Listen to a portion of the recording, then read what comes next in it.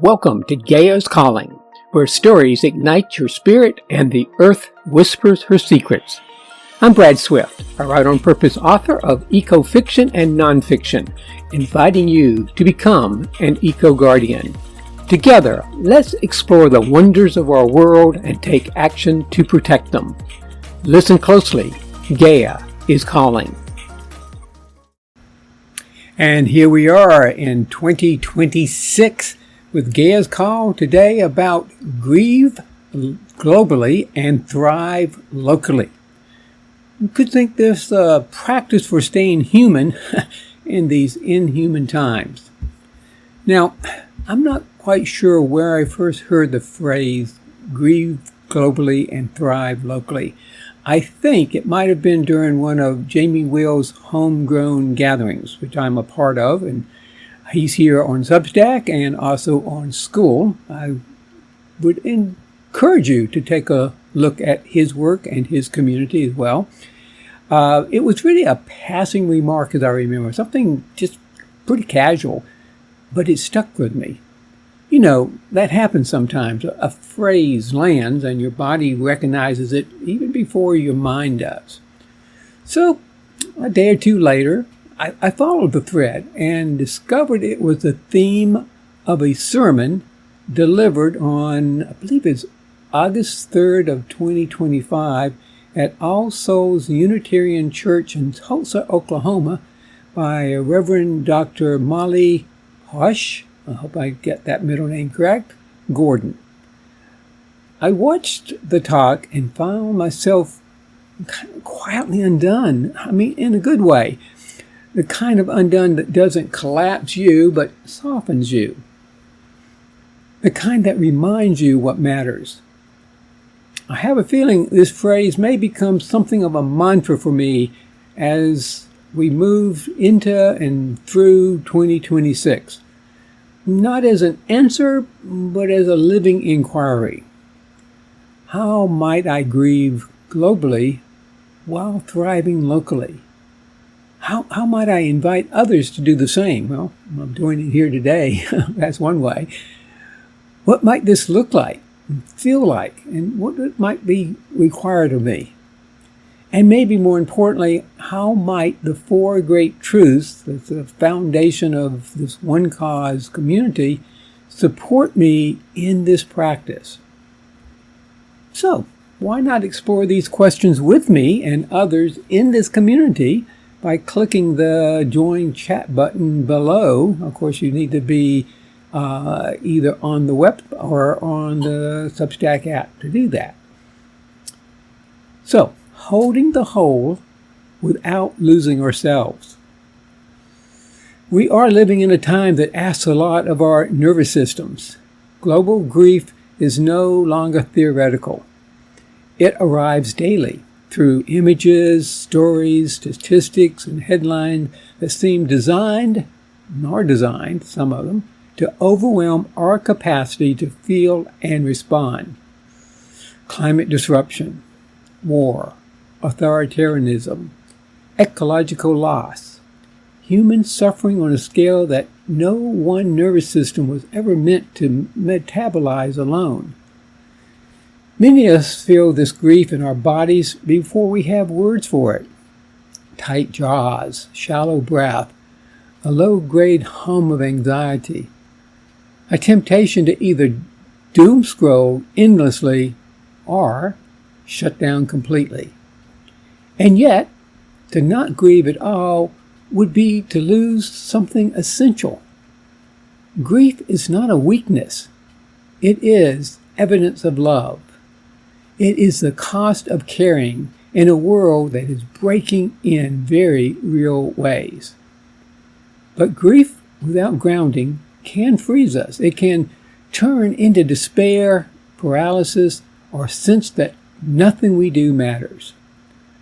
And that's where the second half of the phrase comes in. Thrive locally is not looking away.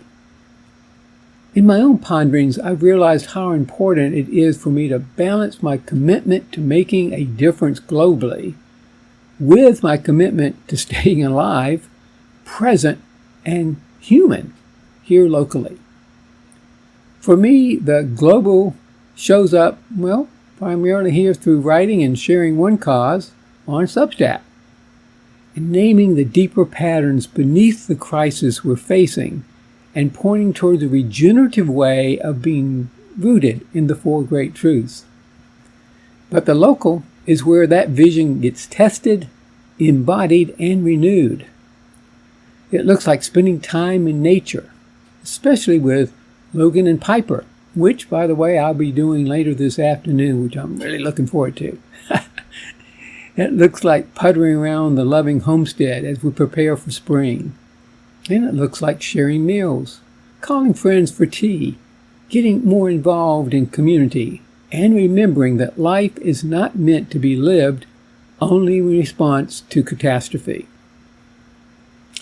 I'm also discovering that thriving locally is, in its own quiet way, a form of resistance. You see, the forces that profit from extraction, fear, and division would much prefer us to stay overwhelmed, numbed, and glued to the drama, so exhausted that we give up on each other and on life itself. Choosing to thrive locally, tending relationships, land, joy, and meaning is a refusal to let despair have the final word. And by the way, I want to thank you for reading and listening to today's Gaia's Call. You know, this post is public, so feel free to share it. And yes, here's a sharing button right there. So, when the grief still comes, well, because it does. None of this means I'm done with grief. Far from it. There are still days when the weight of the world feels like too much. Days when the scale of suffering overwhelms me. Days when thriving locally feels insufficient in the face of global pain.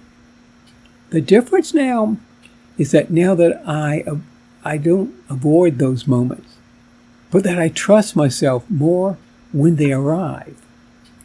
When grief shows up, I let myself feel it fully. I don't rush to fix it or transcend it. I also know that I have a channel of hope I can step into when I'm ready. And sometimes that looks like calling a friend. Sometimes it's playing pickleball and letting my body remember joy. Sometimes it's visiting my grandchildren and letting their presence recalibrate my nervous system. Boy, they're good at that. And sometimes it's a quiet walk in nature, offering gratitude for what Mother Earth continues to provide, even now. Grieving globally and thriving locally are not opposites. They are partners. The four great truths as a daily compass. Seen through the lens of one cause, this practice starts to make even more sense.